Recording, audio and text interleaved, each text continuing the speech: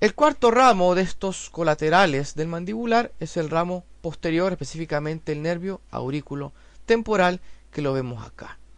Si usted se fija, el nervio aurículo temporal está formado por la unión de dos raíces. ¿Se fijan? Dos pequeñas raicillas que forman como una especie de ojal de aguja, ¿se fijan? A la arteria meningia media. Atraviesan las dos raicillas a la arteria meningia media y finalmente se unen como un tronco común, siempre dentro de la región interpterigoidea.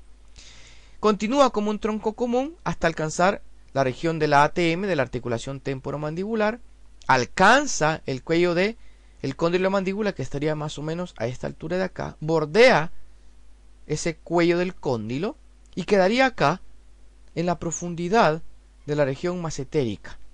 Una vez que está en esa profundidad, empieza a dar una gran cantidad de ramos para la región temporal, para la región anterior, acá del pabellón auricular, ramos además para la región de la sien, de la región frontal, una serie de ramos parotidios, ramos para la articulación temporomandibular, una gran cantidad de ramos queda acá. Además, hace algunas pequeñas anastomosis con algunos ramos del nervio facial que están emergiendo por esta misma región parotidia. Es decir, hace su recorrido acá, llega al cuello del cóndilo, queda en la profundidad de la región parotidia y de un montón de ramos que se distribuyen por la región frontal, temporal, a nivel del pabellón auricular, a nivel de la región de la ATM, a nivel de la región parotidia. Ese sería lo relacionado al aurículo temporal. Aquí lo vemos igual. Miren, está bordeando la arteria meningia media, se une como un tronco común y luego empieza a dar, miren, regiones para la región temporal, algunos para la región que va a llegar adelante frontal, para el conducto auditivo externo igual, para la ATM, para la región parotidia. Ese sería el nervio aurículo temporal. Bien, ahora nos iríamos a los ramos terminales. Los ramos terminales, como habíamos dicho, son dos. Primero, ubiquémoslos, este de mayor volumen, que es el nervio alveolar inferior o dentario, y este de menor calibre, que es el nervio bucal. A cada uno le vamos a describir sus principales relaciones, así como sus trayectorias de inervación. Primero veamos el ramo dental o alveolar inferior, que dijimos es este y es el de mayor volumen que tiene el ramo mandibular dentro de lo que son sus ramos terminales.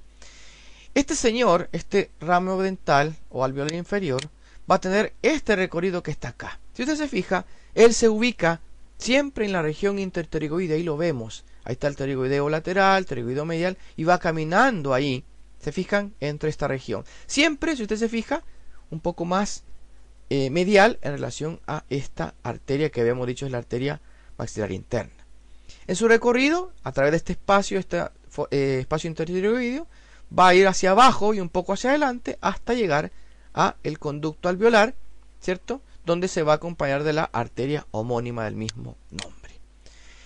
Aquí la vemos nuevamente, aquí vemos su recorrido hasta que alcanza ese foramen alveolar. Ahora, ¿cuáles son las relaciones que tiene principalmente? Él medialmente, ubiquémonos, medialmente es cruzado por este ramo que viene acá, este pequeño nervio que viene acá, que es la cuerda del tímpano, el nervio de la cuerda del tímpano, que es un ramo del nervio facial. Más adelantito les voy a explicar un poco acerca de esta cuerda del tímpano. Medialmente entonces se relaciona principalmente con la cuerda del tímpano, lateralmente con esta arteria que iría hacia allá, hacia afuera. Recuérdense, la maxilar interna siempre está por afuera y esa sería la relación lateral que tiene el ramo alveolar inferior. Por detrás, la principal relación, esta, la meningia media, que miren, ahí está formándose el ojal. ¿Se acuerdan que vimos hace un rato el nervio aurículo-temporal? ¿Se acuerdan? Este que están viendo acá, el aurículo temporal, ahora usted lo está viendo en otra imagen acá, que también está bordeando la arteria meningia media. Entonces, relación medial, la cuerda del tímpano, lateral, la maxilar interna, y por detrás la arteria meningia media. Esta relación de la cuerda del tímpano me interesa. ¿Por qué? Veamos acá. Ahí viene el ramo mandibular, aquí está cortado, está seccionado el nervio alveolar, y este es el otro ramo terminal del mandibular, el nervio lingual. Si usted se fija, la cuerda del tímpano, que viene del nervio facial, ahí está el nervio facial, esta se une al nervio lingual. ¿Y por qué? Porque acuérdense que el nervio facial es el que va a traer la sensibilidad gustativa de los 2/3 anteriores de la lengua. Entonces aquí esta cuerda del tímpano se va a unir al nervio lingual para poder llegar hasta la lengua. Eso lo explicaremos un poco más adelante. Pero que nos quede claro, esta cuerda del tímpano está medial a el nervio, a este ramo alveolar terminal del mandibular, perdón. Bien, ahora, este ramo alveolar inferior, que lo vemos acá, va a tener una serie de ramos colaterales y una serie de ramos terminales. Primero, veamos los ramos colaterales. Los ramos colaterales que nos va a dar el alveolar inferior son, primero, este pequeño ramito que ven acá, apenas se ve, que es un ramo anastomótico. ¿Anastomótico para quién? Para unirse al nervio lingual. Ese sería el primer ramo anastomótico que vamos a citarle a este nervio alveolar inferior.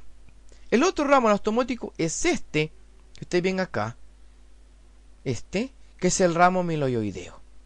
Este ramo miloioideo que se desprende antes que el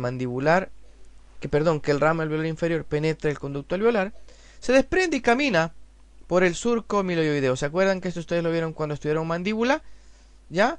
Surca este surco miloioideo, valga la redundancia, hasta que va a llegar a las profundidades del mismo músculo, del músculo miloioideo. Además de estos ramos colaterales del anastomótico y del miloioideo, este señor, el nervio alveolar, luego de que entra el conducto alveolar acá, me va a seguir dando otra serie de ramos colaterales. Ya aquí dentro del conducto alveolar me va a dar una serie de ramos óseos para el hueso de la mandíbula, ¿cierto? Una serie de ramos dentales para toda esta región, para todos estos molares, y una serie de ramos gingivales para las encías de esta maxila inferior. Entonces, diríamos que da como colaterales el ramo anastomótico para el ramo lingual, el ramo miloioideo, que lógicamente va a ir al músculo del mismo nombre, y dentro del conducto alveolar una serie de ramos óseos, una serie de ramos gingivales y una serie de ramos dentales para esas piezas, para esas estructuras de las muelas. Aquí lo podemos ver nuevamente, ahí entró al conducto alveolar, miren, me está dando una serie de ramos para las piezas dentales, una serie de ramos óseos y una serie de ramos gingivales, como dijimos. Ahora, ¿dónde finaliza este ramo alveolar? ¿Cuáles son sus ramos terminales? Los ramos terminales que me da son dos. Que es el ramo mentoniano, y que es el ramo incisivo. El ramo mentoniano es en realidad un penacho, es como un ramillete de pequeñas raíces, de pequeños filetes nerviosos, sensitivos, recuérdenlo, para toda esta región del mentón. Mientras que otro ramito, el ramo incisivo, que se termina dividiendo en tres, si usted se fija, para inervar los dos incisivos más el canino. Este ramo incisivo, muchos tienden a hacer anastomosis con el ramo incisivo del lado contralateral. Entonces, ramos terminales, el ramo mentoniano, que es un filete, un penacho de nervios, y el ramo incisivo que se divide en estos tres pequeños ramitos. Lo mismo, aquí podemos ver la emergencia, se fijan, por el, ¿cómo se llama este foramen? Fue el foramen mentoniano, se fijan, ahí estaría dando sus ramos, aquí lo vemos, el foramen mentoniano, está dando su ramo mentoniano, su ramo incisivo, ya, y los otros ramos colaterales que hemos visto antes, óseos, dentales, una serie de ramos gingivales,